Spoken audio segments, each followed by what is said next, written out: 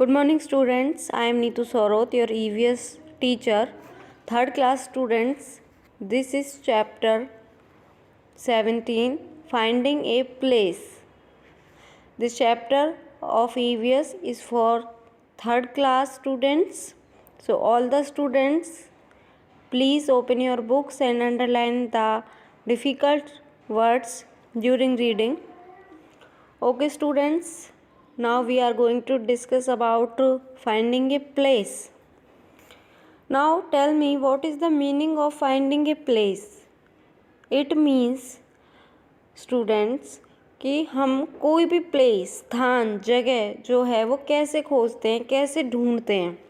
Do you know the way from your house to your school? क्या आप अपने घर से लेकर स्कूल तक का वे जानते हैं रास्ता? The best way to know how to get to one place from another is to remember some landmarks.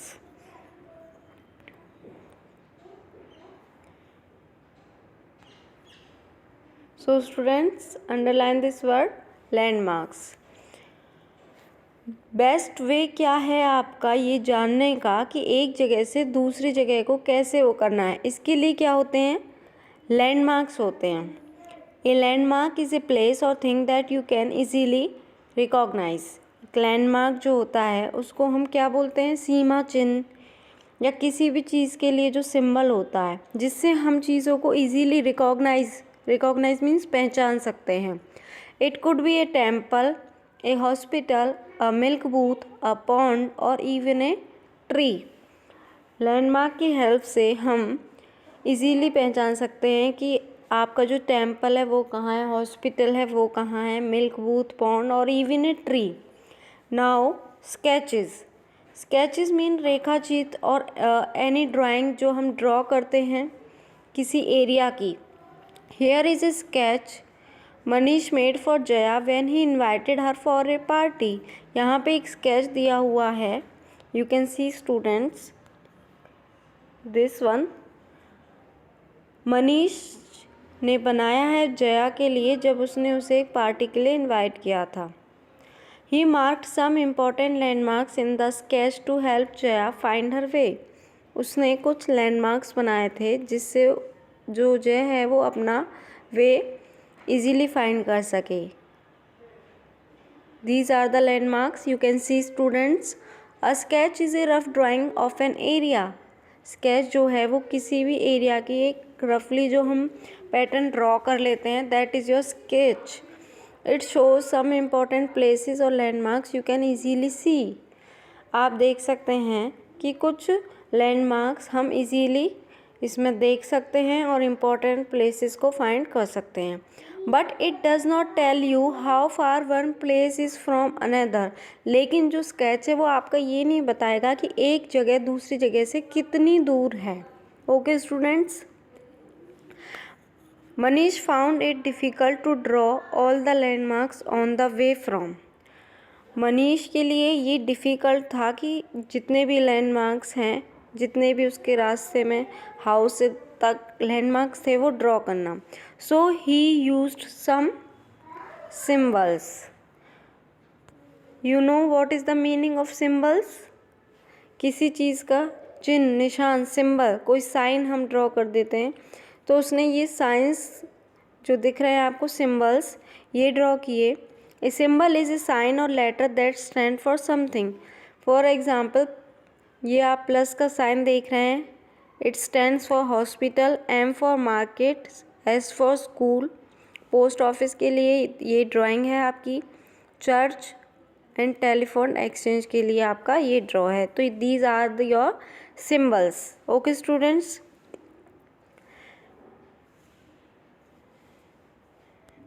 he wrote the meaning of the symbols at the bottom. He wrote the meaning of the symbols at the bottom of the sketch. उसने नीचे की तरफ उस sketch के ये symbols की meaning लिख दिए जिससे कि कंफ्यूज ना हो। When you use symbols in a sketch, you must explain what they mean at the bottom or top of the sketch.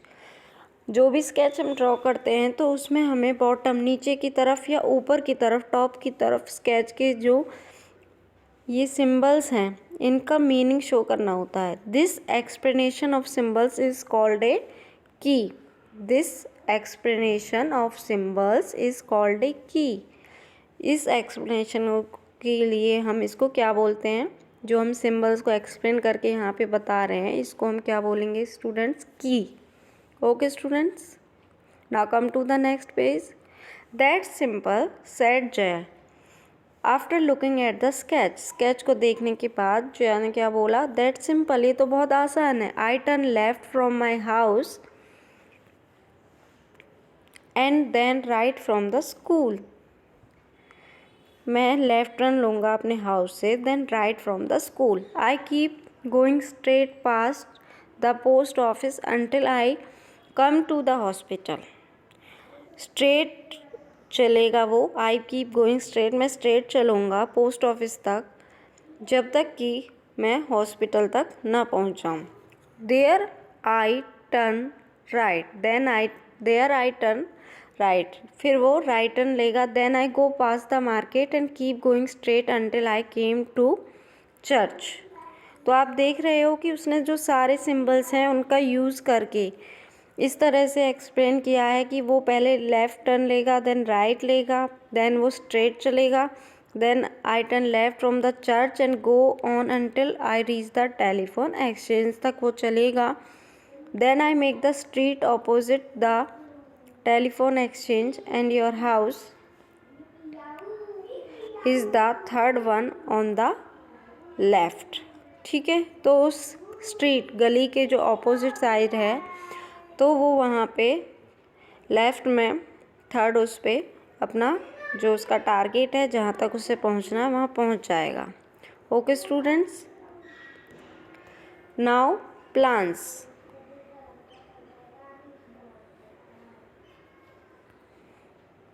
Plans क्या होते हैं स्टूडेंट्स, किसी भी चीज़ का हम प्लान बना लेते हैं, योजना बना लेते हैं।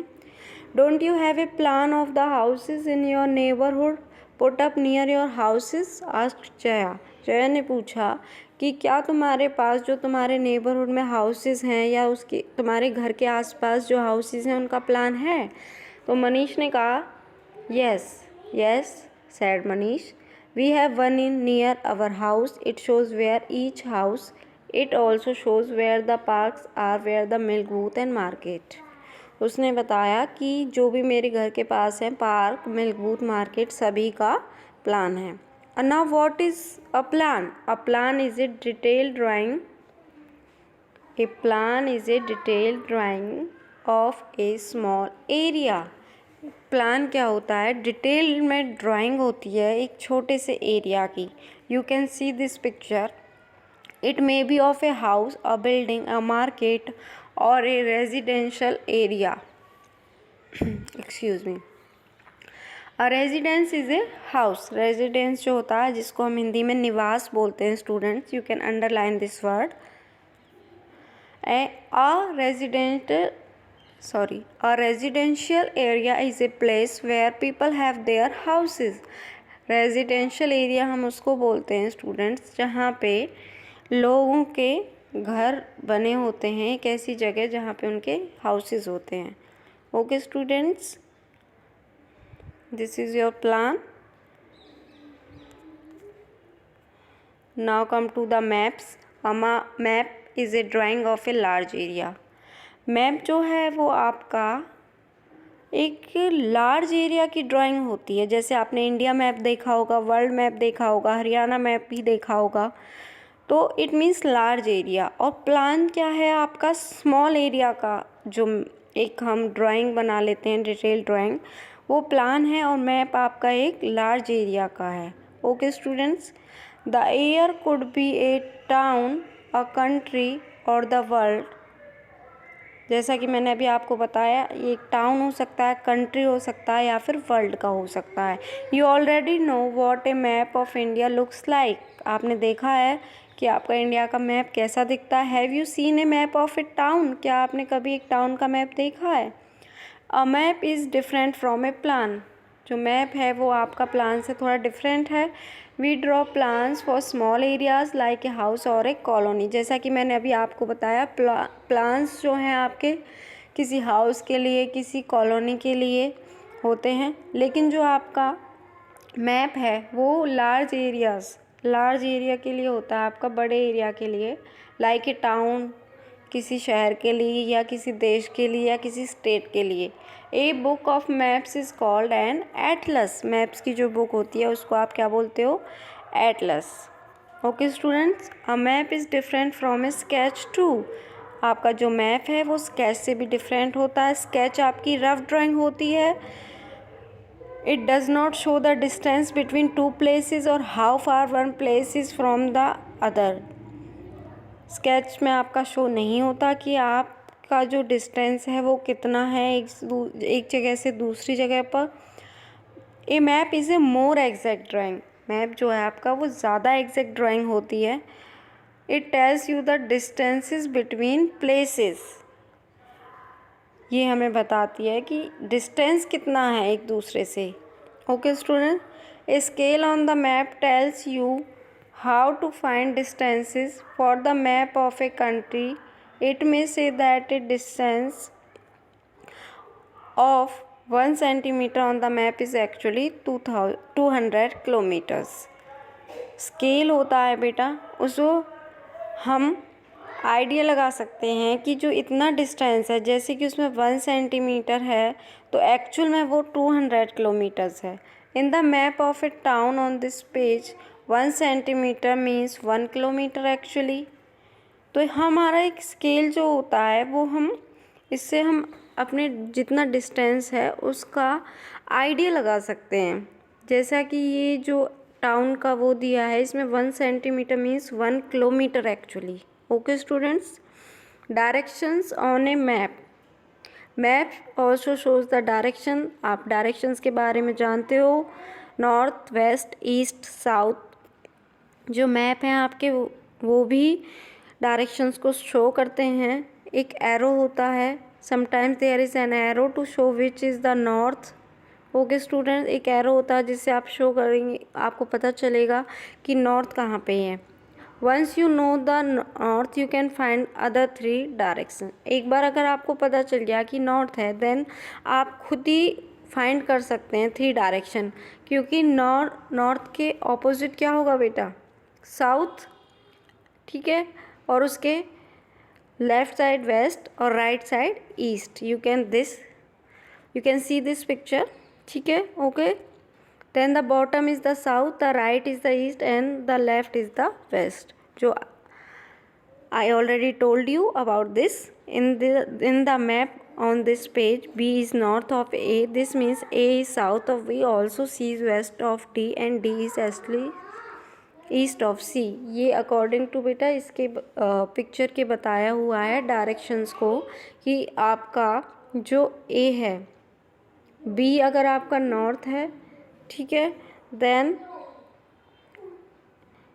ए is south of B. A जो है वो बी के साउथ में है, सी वेस्ट में है डी के, और डी सी के ईस्ट में है।